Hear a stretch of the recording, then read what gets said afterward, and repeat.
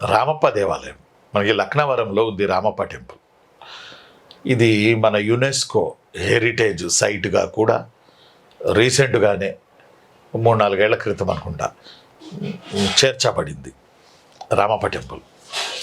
ఈ రామప్ప టెంపుల్ మొన్న కూడా మనం చూసాం, ఈశ్వరుల పోటీలు పెట్టినప్పుడు వాళ్ళు విదేశాలకు చెందినటువంటి వనితలు ఈ టెంపుల్స్ అన్నీ తిరిగారు, వరంగల్, హనుమకొండ ఇవన్నీ కూడా.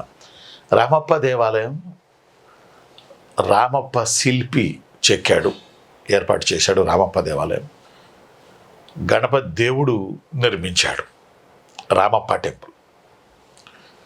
ఈ రామప్ప దేవాలయం అంటే ఎట్లా ఉంటుందంటే, ఒక్కో చోట ఏమో సింగిల్ టెంపుల్ కట్టి వదిలేస్తారు, సింగిల్ టెంపుల్ కట్టి ఒక్కొక్క చోట సింగిల్ టెంపుల్ కట్టి వదిలేస్తారు. ఒక్కో చోట కొన్ని చోట్ల ఏమైందంటే ఒక టెంపుల్ కట్టి దాని చుట్టూ చిన్న చిన్న టెంపుల్ ఉంటాయి. ఈ సిస్టమ్ని ఏమంటారంటే కోటగుళ్ళు అంటారు. కోటగుళ్ళు అనే ప్రదేశం కూడా ఉంది లక్నవరం, రామప్ప, పాలంపేట ఆ ఏరియాలో కాకతీయులకు చెందినవి.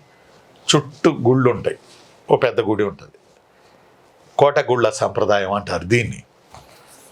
రామప్ప దేవాలయం విశిష్టత ఏంటంటే గణపతి దేవుడు నిర్మించడం జరిగింది. రామప్ప దేవాలయం, రామప్ప చెరువు, రేచల్ల రుద్ర చెరువు, టెంపుల్ కడితే చెరువు ఉండాలి, చెరువు ఒడ్డున టెంపుల్ ఉండాలి. ఈ సంప్రదాయం మనకి చాలా ఏళ్ల నుంచి కొనసాగుతుంది. చెరువు లేకుండా దాదాపుగా టెంపుల్స్ ఉండవు మన దగ్గర కూడా, ఎక్కడన్నా 1-2 తప్ప. కోనేరు ఉంటుంది, కోనేరొడ్డున టెంపుల్ ఉంటుంది. ఇది సంప్రదాయం. ఇది మనకు అనాది కాలం నుంచి వస్తున్నటువంటి ఒక సంప్రదాయం. రామప్ప చెరువు, రామప్ప టెంపుల్. ఈ దేవాలయంలో గర్భగుడిలో చాలా చాలా చాలా టెక్నాలజీ వాడారు. ఇటుకలు కూడా ఈ సైజు ఉంటాయి. చాలా టెక్నాలజీ వాడారు ఈ దేవాలయ నిర్మాణంలో. అప్పుడున్న టెక్నాలజీ ఎంత టెక్నాలజీ అంటే, ఈ దేవాలయంలోని గర్భగుడి ఇటుకలు నీటిలో వేస్తే మునగవు, తేల్తాయి. ఇదే దేవాలయం అని అడిగాడు. రామప్ప దేవాలయం.